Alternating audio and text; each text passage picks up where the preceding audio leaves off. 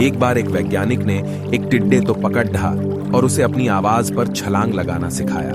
वैज्ञानिक टिड्डे से कहता, कूदो टिड्डा। उसकी आवाज सुनते ही जोर से छलांग लगा देता। अब वह वैज्ञानिक था तो प्रयोग करना बनता ही था। उन्होंने टिड्डे की छलांग पर प्रयोग किया। वैज्ञानिक ने उसकी एक टांग तो डिच दी और फिर बोला, कूदो। अब टिड्डे की छलांग की दूरी कम हो गई। वैज्ञानिक ने उसकी दूसरी टांग तो ढा दी और फिर बोला, कूदो। टिड्डे की छलांग और कम हो गई। अब तो ढी गई उसकी तीसरी टांग, फिर छलांग की दूरी और कम हो गई। एक एक करके बेचारे टिड्डे की सारी टांगें तोड़ ढा दी गई। अब आखिरी टांग टूटने पर जब उससे कहा गया कूदो तो वह हिल भी नहीं पाया। अब वैज्ञानिक ने अपना निष्कर्ष अपनी डायरी में लिखा। जानते हो उसने क्या लिखा?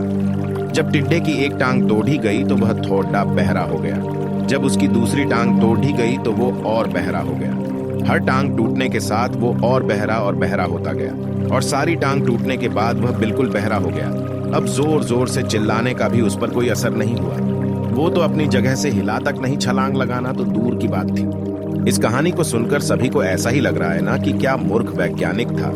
इतनी सीधी सी बात उसे समझ में नहीं आई। या कुछ लोग ये भी सोच रहे होंगे कि ये तो किसी बच्चे को भी पता है कि टिड्डे की छलांग उसके टांग टूटने की वजह से कम होती जा रही थी, ना कि वह बहरा हो गया था।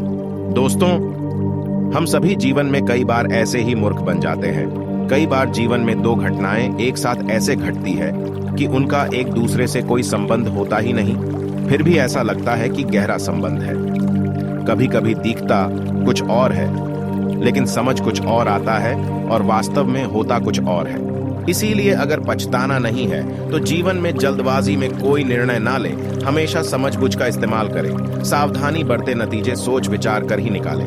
दोस्तों, आपको मोटिवेशन की AAG पर ये छोटी छोटी कहानियां और सिख कैसी लग रही है?